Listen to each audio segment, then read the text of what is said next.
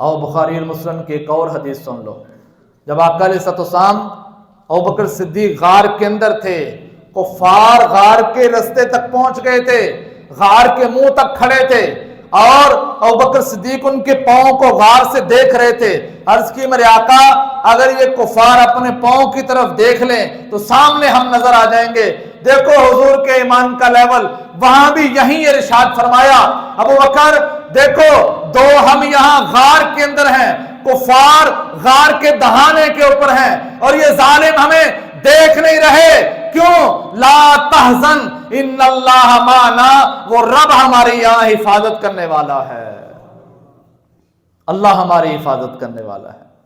कभी ये गल आखी जे जो लौड़ पे, कभी सज्जे पासे, कभी खब्बे पासे, कभी किसे कोल टुर जाते हो, कभी किसे कोल टुर जाते हो। उस रब जरा बड़ी गैरत वाला है, जरा हर चीज देने वाला है, वो आंदा फिर जा टुरया रहा, मैनू छड्ड के अपनी मर्जी नाल दर दर ते फिरना, हुण दर दर ते फिरता ही रहेगा। हक ते ही हर शय तेनू मैं दिती, जवानी मैं दिती, तंदुरुस्ती मैं दिती, सारिया नेमतां मैं दित्तियां, बीमार तेनू मैं किया, शिफा भी मैं ही देनी है।